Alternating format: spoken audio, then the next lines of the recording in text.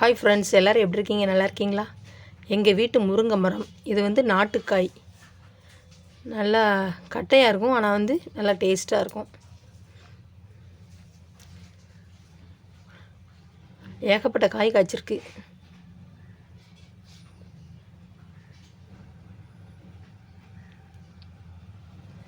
இந்த வீடு வந்து காலையில் எடுத்தது.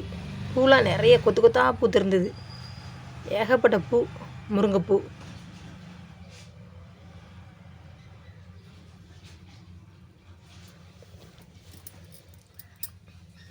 இந்த முருங்கைக்கீரைலாம் பொரிச்சோம்னா அவ்வளோ ஒரு டேஸ்ட்டாக இருக்கும். இது வந்து கொடிக்காய், நல்ல வளர்ந்த காயாக இருக்கும். ஒரு காய் குழம்புக்கு போட்டாலே அவ்வளோ ஒரு சுவையாக இருக்கும். இதுவுமே நிறைய காய்ச்சிருந்தது.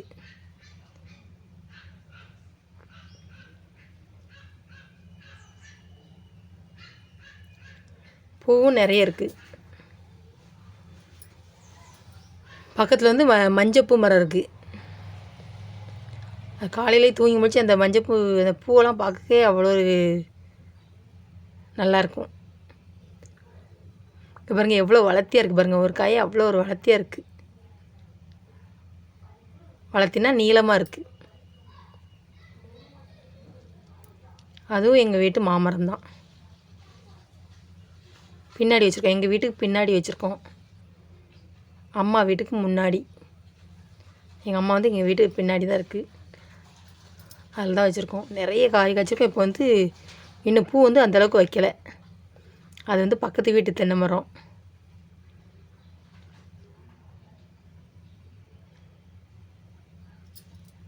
நல்லா காற்று வர பயங்கர காற்று அடிச்சுது. நீங்களும் வீட்டுக்கு ஒரு முருங்கை மரம் வளங்க. நம்ம வந்து துட்டு கொடுத்து வாங்கவே வேண்டாம், நம்ம வீட்டிலே பறிச்சிக்கலாம்.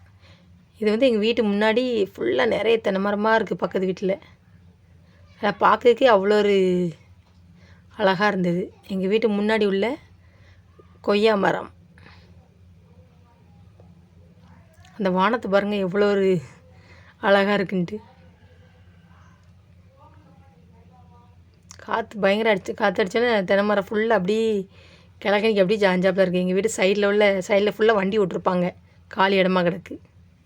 இந்த காயை பாருங்கள் எவ்வளோ ஒரு நீளமாக அங்கேருங்க. டேஸ்ட்டு அவ்வளோ ஒரு டேஸ்ட்டாக இருக்கும். என்னோடய வீடியோ பிடிச்சிருந்தால் லைக் பண்ணுங்கள், ஷேர் பண்ணுங்கள், கமெண்ட் பண்ணுங்கள். செல்வி விஸ்வா சேனலை சப்ஸ்கிரைப் பண்ணுங்கள். வீடியோ ஸ்கிப் பண்ணாமல் பாருங்கள். தேங்க்யூ, பாய்.